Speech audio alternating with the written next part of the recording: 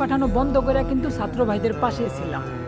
রাজপথে ভাই বোনদের রক্ত দেখা সহ্য করতে না পাইরা 12-13 ঘন্টা ডিউটি করে আইসা ওই দূরপ্রবাসে আন্দোলন করলাম।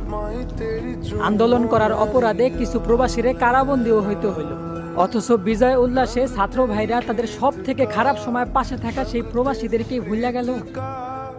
আমরা তো দূরপ্রবাসে এইটা বললে আন্দোলন করছিলাম যে আমার ছাত্র ভাইদের অধিকারটুকু ফিরিয়ে দেওয়া হোক, দেশ থেকে কোটা সংস্কার করা হোক, আমার ভাই বোনদের শরীর থেকে রক্ত ঝরানো বন্ধ করা হোক।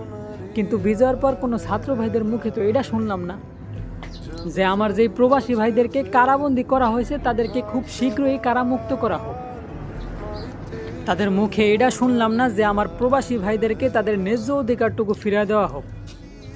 তবে সেটা নিয়ে কোনো দুঃখ নাই এই প্রবাসীদের মনে, কারণ সব কিছুর প্রতিদান যদি এই দুনিয়াতেই পাওয়া যায় তাহলে আল্লাহ কি দিবেন, সে কি